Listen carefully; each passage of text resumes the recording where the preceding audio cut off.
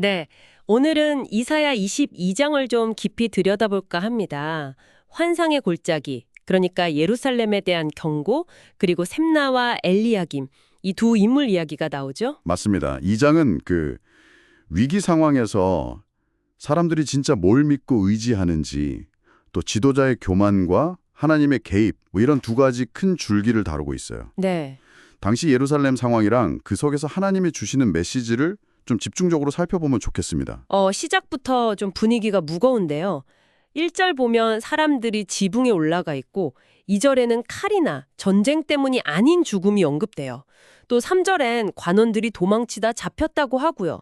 이게 무슨 상황인가요? 그러니까 예루살렘이 아주 심각한 위기에 처했다는 걸 보여주는 거죠.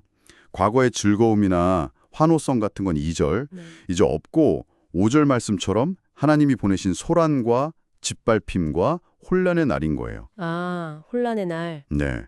성벽은 무너지고 막 울부짖음이 산에 가득하고 엘람이나 기르 같은 그런 이방 군대가 골짜기랑 성문 앞에 그냥 가득한 6, 7절 그런 상황인 거죠. 정말 절망적이네요. 그런데 사람들이 그냥 넋놓고 있지만은 않은 것 같아요. 8절 보면 무기고도 점검하고 9절에는 성벽 무너진 거 보수하고 물도 모으고. 그렇죠. 심지어 10절, 11절 보면 집을 헐어서 성벽을 더 튼튼하게 하고 저수지까지 만들어요. 네, 뭐 그 정도면 꽤 현실적인 대비책 아닌가요? 당연히 해야 할 일 같은데. 바로 그겁니다. 그게 문제라는 거죠. 눈앞의 위협에 대처하려고 인간적인 노력을 정말 다했어요. 근데 정작 중요한 게 빠졌다는 거예요. 중요한 거요. 11절 후반부에 나오잖아요. 이 모든 일을 계획하시고 또 이루시는 하나님, 그 하나님을 바라보거나 의지하지 않았다는 거죠. 아, 열심히 노력은 했는데 방향이 잘못됐군요. 그렇죠. 위기 극복을 위해서 막 분주하게 움직였지만 정작 붙들어야 할 분을 놓친 거죠. 그래서 하나님은 12절에서 통곡하고 회개하라고 하셨는데 사람들은 정반대로 내일 죽을지도 모르니 먹고 마시자 이러면서 잔치를 벌였다고요. 13절. 와, 이건 정말 뜻밖인데요. 네, 이게 참 위기 앞에서 나타나는 어떤 절망적인 쾌락주의라고 할 수 있겠죠. 하나님께 돌이켜서 답을 찾는 대신에 그냥 임박한 끝 앞에서 순간적인 쾌락을 택한 거예요. 하나님을 완전히 무시한 거네요. 그렇죠. 하나님을 경외하지 않는 태도의 어떤 극지를 보여주는 거고 그래서 결국 하나님께서 이 죄악은 죽기까지 용서하지 않겠다 이렇게 선언하시는 거죠. 14절. 어디에 신뢰를 두느냐가 이렇게 중요하다는 걸 보여줍니다. 이야기가 이제 좀 특정 인물에게로 넘어가네요. 셈나.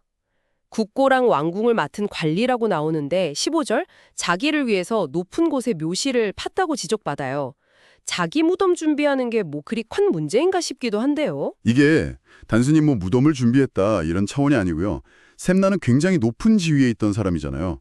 국고 맡은 책임자니까요. 그렇죠. 근데 그 권력을 이용해서 마치 자기가 왕이라도 되는 것처럼 아주 화려하고 높은 곳에 자기 묘실을 판 거예요. 이건 그 사람의 교만, 자기 과시욕을 아주 극명하게 보여주는 거죠. 아, 자기 영광을 위해서 직권을 남용한 거군요. 네, 그래서 하나님이 그의 오만함을 꾸짖으시면서 16절 아주 단단히 결박해서 저 멀리 던져버리겠다. 17, 18절 그리고 관직에서도 쫓아내겠다. 19절 이렇게 경고하시는 겁니다. 그리고 그 대신 내종 엘리야김을 부르시겠다고 하네요. 맞습니다.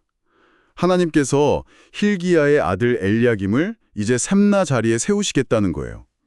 그에게 셈나가 가졌던 옷과 띠, 그러니까 권위와 정권을 맡기시고 21절, 특별히 다윗의 집 열쇠를 그의 어깨에 두겠다. 이렇게 말씀하세요.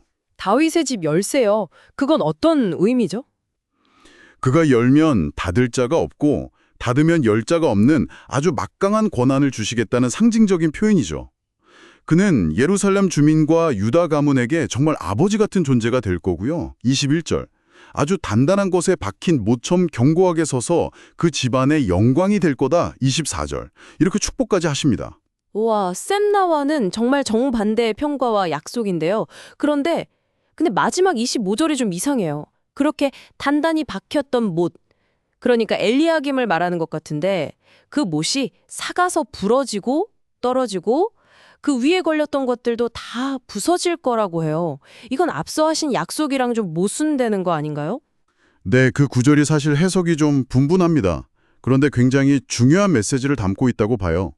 뭐랄까, 하나님이 세우신 권위라 할지라도 그 인간적인 권위라는 것 자체가 영원할 수는 없다는 걸 보여주는 거죠. 아, 엘리야김도 영원하진 않다. 그렇죠. 혹은 엘리야김이나 그의 후대가 또 셈나처럼 교만해지면 그들 역시 심판받을 수 있다. 이런 경고로 볼 수도 있고요. 궁극적으로 의지할 대상은 어떤 인간이나 제도가 아니라 오직 하나님 한 분뿐이다. 하나님만이 영원히 흔들리지 않는 견고한 못이다. 이걸 강조하는 거라고 생각해요. 그렇군요.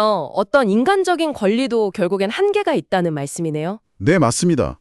절대화될 수 없다는 거죠. 그럼 오늘 이사야 22장을 통해서 우리가 위기의 순간에 진짜 발딛고 있는 곳이 어딘지를 돌아보게 되는 것 같습니다.